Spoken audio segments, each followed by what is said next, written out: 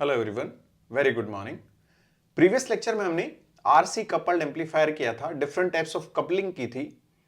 इस लेक्चर में हम इस आरसी कपल्ड एम्पलीफायर का ये फ्रीक्वेंसी रिस्पांस कर्व है, ये स्टडी करेंगे और इसमें हम देखेंगे कि क्या रीजन है ये लो फ्रीक्वेंसीज पे भी इसका गेन कम हो जाता है और हाई फ्रीक्वेंसीज पे भी इसका गेन कम हो जाता है।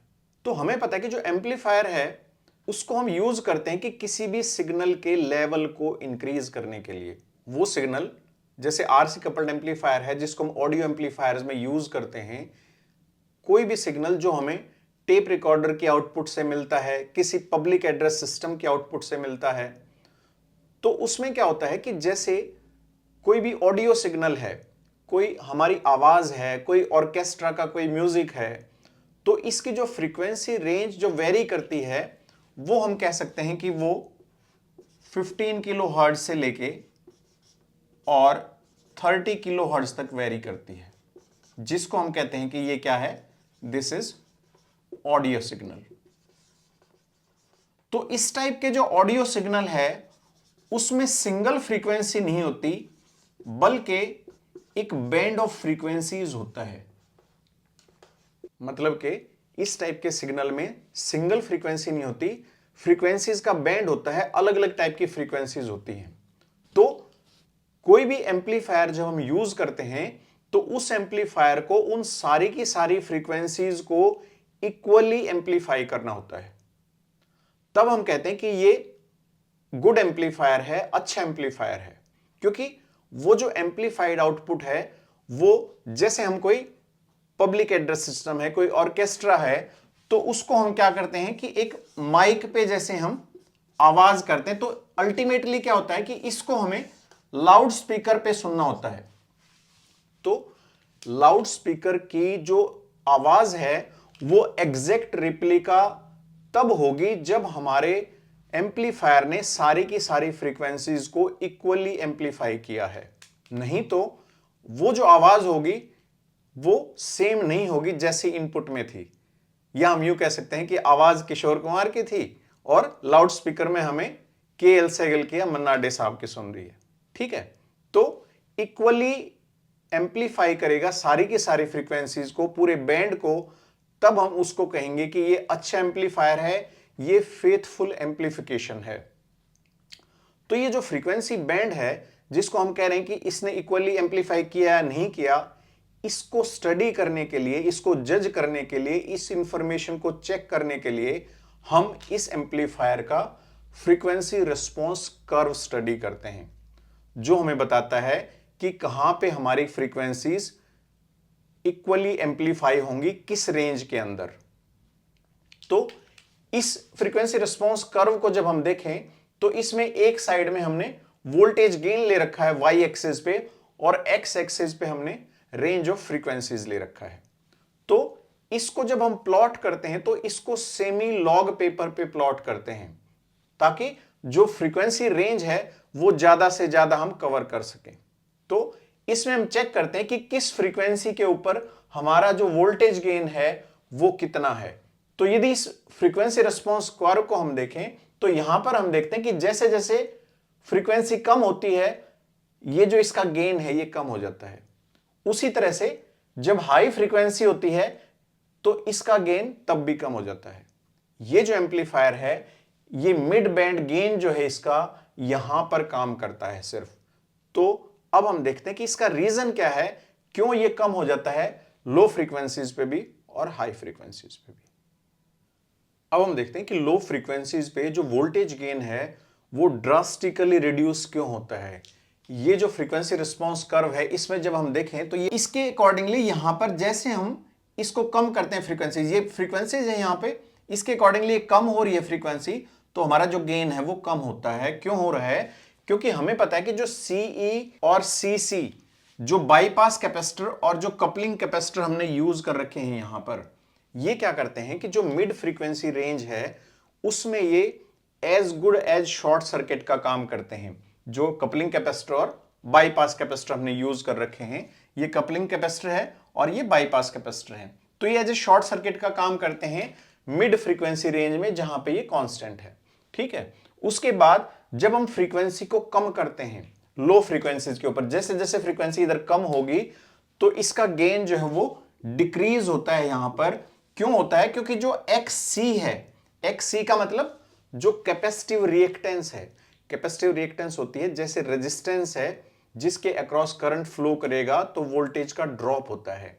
इसी तरह से जो कैपेसिटर है हमारा, वो क्या करता है, जो रेजिस्टेंस ऑफर करता है to the flow of current, उसको कैपेसिटिव रिएक्टेंस बोलते हैं। और ये जो कैपेसिटिव रिएक्टेंस है ये 1/2πfc के बराबर होती है।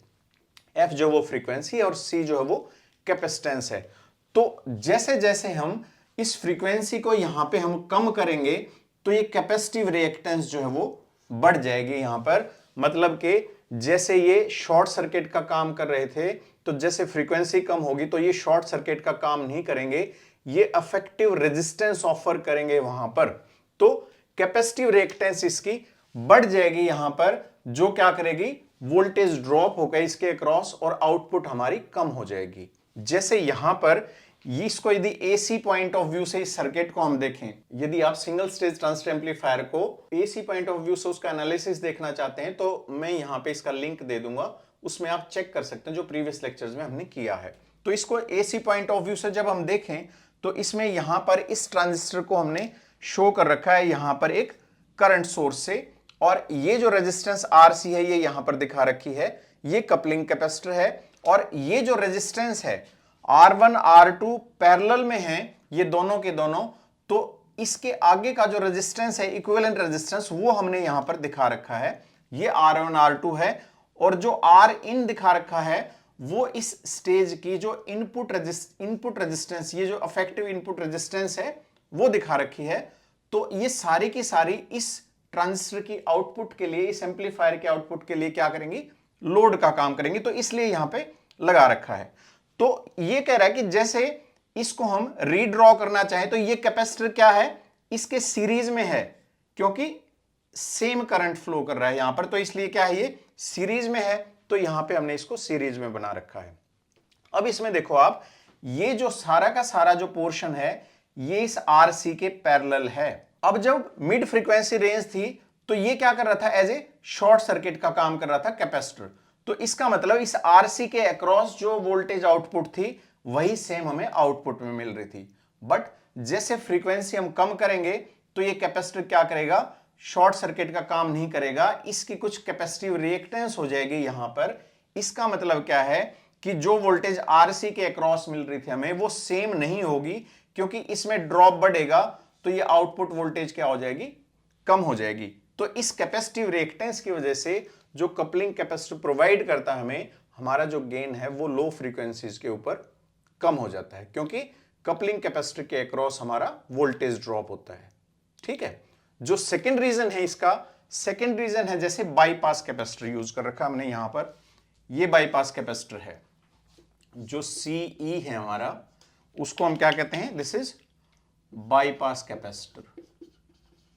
ये बाईपास कैपेसिटर क्या करता है यहां पर, जब तक मिड फ्रीक्वेंसी रेंज थी जहां पे ये कांस्टेंट है हमारा गेन, उसमें क्या था, ये एज ए शॉर्ट सर्किट का काम करता है। किसके लिए ये लगा क्यों रखा है, कि यहां पर जो IE जनरेट होता है उसको ग्राउंड करने के लिए, कि यहां पर हमारा जीरो पोटेंशियल रहे। अब देखो यहां पर ये VS यहां पर इनपुट वोल्टेज है, और यहां पे इन टर्मिनल्स के अक्रॉस जो वोल्टेज होती है उसको हम कहते हैं कि ये VBE है, यहां पर एमीटर और बेस के बीच में जो वोल्टेज है। इसका मतलब क्या है कि ये VS जो है हमारी एज इट इज यदि VBE के बराबर होगी तो हमारा ये सिग्नल एज इट इज इस इनपुट पे पहुंचेगा और ये इसको एम्पलीफाई करेगा। अब क्या होता है, जब यहां पर मिड फ्रीक्वेंसी रेंज थी तब ये शॉर्ट सर्किट का काम कर रहा था, बट जैसे लो फ्रीक्वेंसी हम करेंगे, लो फ्रीक्वेंसी पे क्या होगा कि जो XC है उसकी भी यहां पर कैपेसिटिव रिएक्टेंस जो है वो रिमार्केबल होगी इसके कंपैरेटिवली, RE के कंपैरेटिवली। तो ये क्या करेगा, ये जो करंट यहां पे जो बाईपास होके ग्राउंड हो रहा था यहां पर, इसकी वजह से यहां पर IE1 और IE2 दो पार्ट में ये डिवाइड हो जाएगा। और ये IE1 जब यहां पर फ्लो करेगा तो वो इस रेजिस्टेंस के साथ मल्टीप्लाई होके यहां पर इस पॉइंट पर वोल्टेज डेवलप करेगा VE। जो क्या करेगी, इस Vs वोल्टेज जो हमारी इनपुट थी उसको एज इट इज नहीं जाने देगी। तो इसका मतलब जो VBE है वो हमें क्या मिलेगी, Vs माइनस VE। और ये VE कौन सी वोल्टेज है, जो करंट के साथ हमारी मल्टीप्लाई होती है RE से। तो इसका मतलब क्या है कि जो VBE थी हमारी, इस ट्रांजिस्टर के यहां पर जो वोल्टेज मिलनी थी हमें, वो हमें Vs के बराबर नहीं मिलेगी, वो इन दोनों का डिफरेंस मिलेगी। इसका मतलब क्या है कि जो इनपुट सिग्नल है फर्स्ट एम्पलीफायर पे वो कम हो जाएगा, और जब इनपुट सिग्नल कम होगा तो उसके अकॉर्डिंगली जो आउटपुट सिग्नल है वो भी हमें कम मिलेगा।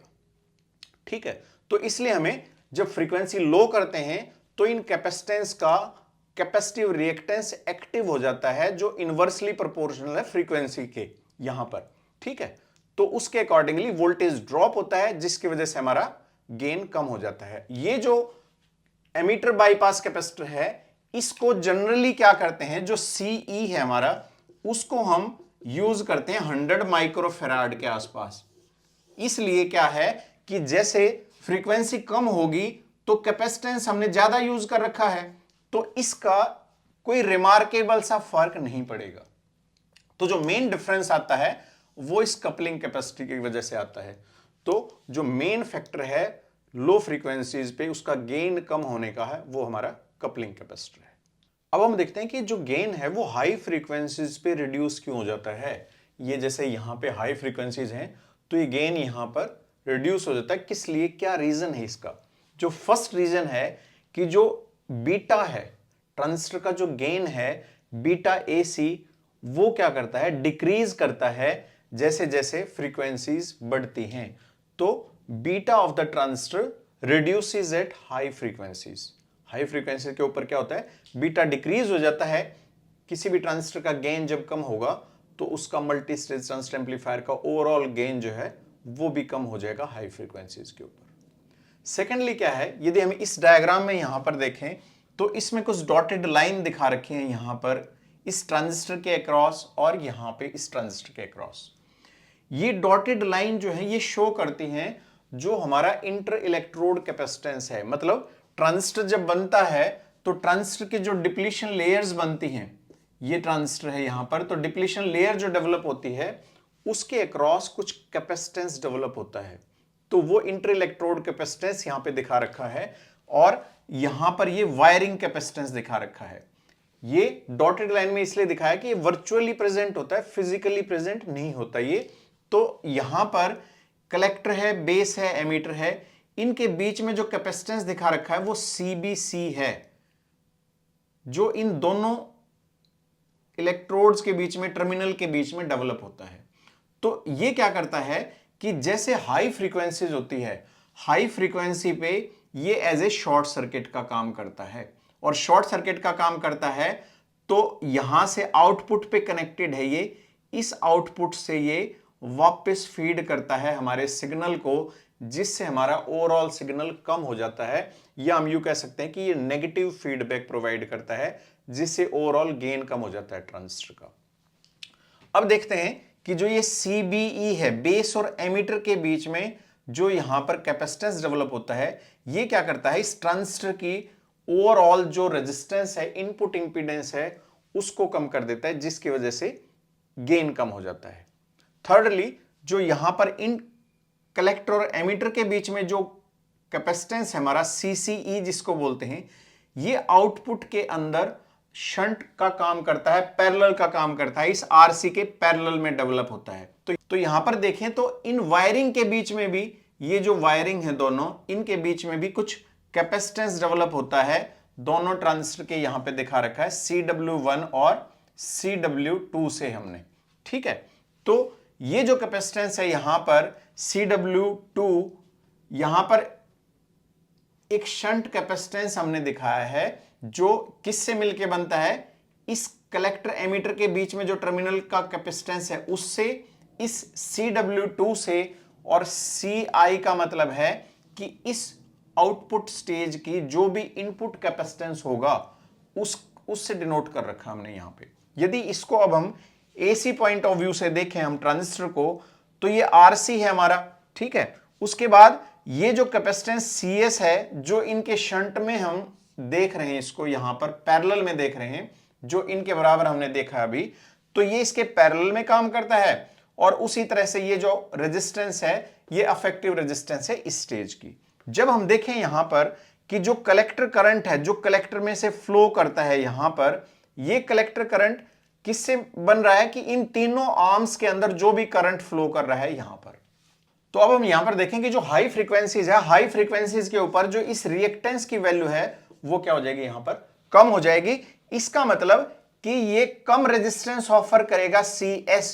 तो इसका मतलब क्या हुआ कि जो I2 है उसकी वैल्यू बढ़ जाएगी। यहां पर ये I2 करंट क्या हो जाएगा, बढ़ जाएगा, क्योंकि ये कम रेजिस्टेंस ऑफर कर रहा है। इसलिए जो हमारा कलेक्टर करंट है जो तीनों से मिलकर बना है I1, I2 और I3 से, इसके बढ़ने से क्या होगा कि जो I3 है उसकी वैल्यू क्या हो जाएगी, कम हो जाएगी। और यहां पर जो भी हमें आउटपुट वोल्टेज मिलती है V0 वो किसके बराबर आती है, हमारी I3 मल्टीप्लाइड बाई R।